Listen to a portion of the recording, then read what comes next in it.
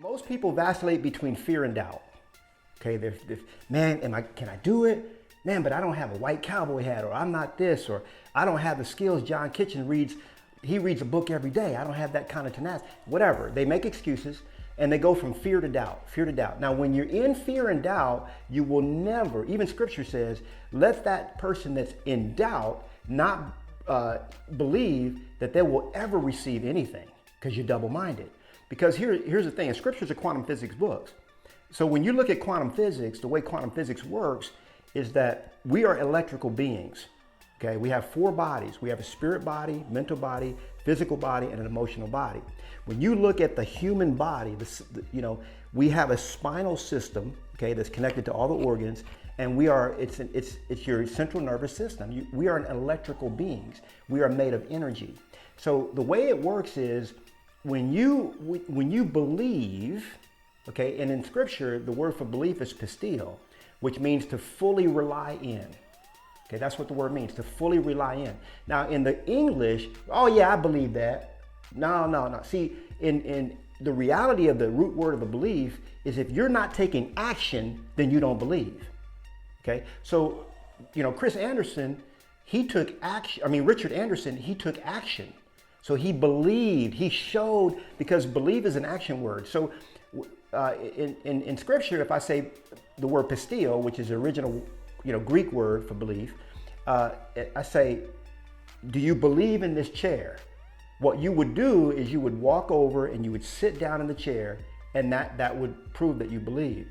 In America, we're like, oh yeah, I believe in it, and then we walk away, right? So we really show that we don't believe. Well, the way it works is when you're in fear and doubt, what's happening is everything that is coming into your field of view, because I look at it like a radar. So when you think about, like, let's just say this is the radar screen, and when you look at a radar, any radar, all you can see, in any branch of the military, all they can see is what's on the radar. So if there's something up here, over here, they can't see it. But guess what? It's coming. It doesn't matter that they can't see it. It still exists, right? But most people, what they do, John, is they look right in at what they can see. And scripture says we walk by faith and not by sight. In other words, we don't look at our radar. We don't pull up our bank account. We don't look at our revenue share dashboard and look at that as what's reality. We look at what is really happening in the bigger picture. So let's say the bigger picture is this, but your radar is this. So right now, a deal's coming. Man, well, I got 5 deals coming. I got 10 listings coming in. But then I'm like, crap, man, I'm broke. I don't have no money. Man, this ain't gonna never work for me. Guess what happens? The deals start to move, they start to back away. This is scientifically proven fact. We're energetic beings. So as we start putting out the energy of what we desire and require, the universe has to show up. There's no way around it. The universe has to perform. This is the reason why I do 20 minutes every single day of what I call imagination activation. Every single thing that you have in your life was created from the imagination. Even the world, scripture says, was created from the imagination of God. He was like, okay, I think I'm gonna do this, boom, there it is. I think I'm gonna do that. And then when he created human beings, scripture says he created us in his image. Now the word for image that it uses is facsimile or similitude. Okay, so in other words, God created a carbon copy of himself. That's what scripture says. You go back and read it. And he breathed into that carbon copy of himself the breath, okay, and it became a living being, right? So we have the same capabilities, and we can see this all around us, because every single thing, whether it be this book in front of me, your desk, the chair you're sitting in, was in someone's imagination before it became reality, okay? Now back to the question. When we vacillate between fear and doubt, every single good thing that is coming into your radar will never show up, because you're just basically pushing it away, right? But when you move to belief, it just starts coming in. And pretty soon, boom, 1 listing, 2, 3. But they've been on the horizon. Some of these listings that you're gonna get, they started coming to you 9 months ago. But they don't show up right away, and that's what people. So we have to eliminate fear and doubt. We got to move past fear and doubt to belief. And then you actually move beyond belief. Get this.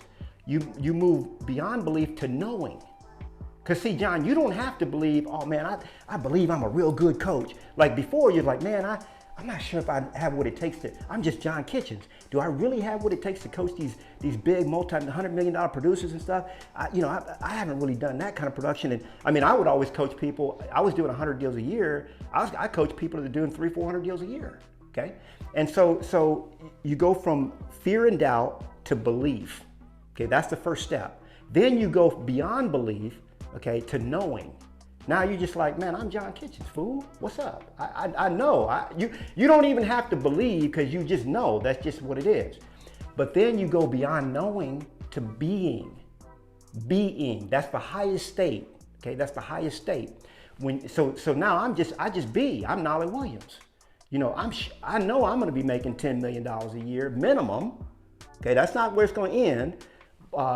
You know, and it's just going to happen through revenue share. I already know that, but it hasn't shown up yet, but it's coming, right? So for me, that's what it is, man. You know, Richard Anderson moved from fear and doubt, and the way he did it was when I present, man, I do a 3-hour seminar, and by the time he was like, man, I can do this, and they're like, because really, seriously, John, the aptitude that it takes to become a top listing specialist, I don't have it, okay? I don't have that disc profile, right? So the reality is most people can outperform naturally, okay, what it took me more tenacity and more maneuvering to do just because of my profile, okay? But anybody can succeed in this game, anybody. And so that's just kind of a sort of an answer to your question.